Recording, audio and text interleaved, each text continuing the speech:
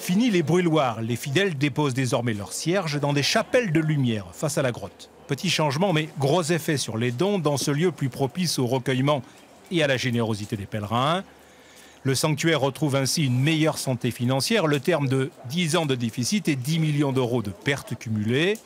Des recettes plus dynamiques depuis 2 ans, le travail du nouveau directeur, attentif aussi aux dépenses.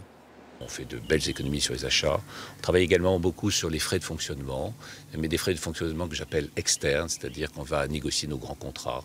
Par exemple, les assurances ont été renégociées et c'est vrai que pour les mêmes prestations, on a, je dirais, 17% de coûts en moins. Donc c'est quand même une belle, je dirais, performance au fond. Et enfin, la masse salariale, elle est réduite, certes. Même avec 20 postes supprimés, le sanctuaire reste un gros employeur de 330 salariés. Pour mieux répondre aux attentes des fidèles, le sanctuaire étoffe son offre numérique, une façon de toujours accueillir les pèlerins, mais il faut désormais leur tenir la main, les guider durant leur séjour. Il ne suffit pas d'ouvrir nos portes, il faut aussi que nous tracions un chemin.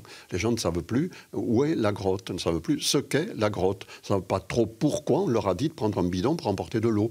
Donc nous proposons un chemin du pèlerin, nous proposons des choses plus originales, évidemment moins portées à rassembler des foules, mais depuis quelques années, un chemin de compassion. Une comédie musicale jouée à Lourdes, un documentaire doivent renouveler la curiosité, l'attrait de Lourdes. Car sur le fond, pas de changement, heureux vous les pauvres. Avec ce slogan, le sanctuaire place toujours l'accent sur les malades et les plus faibles.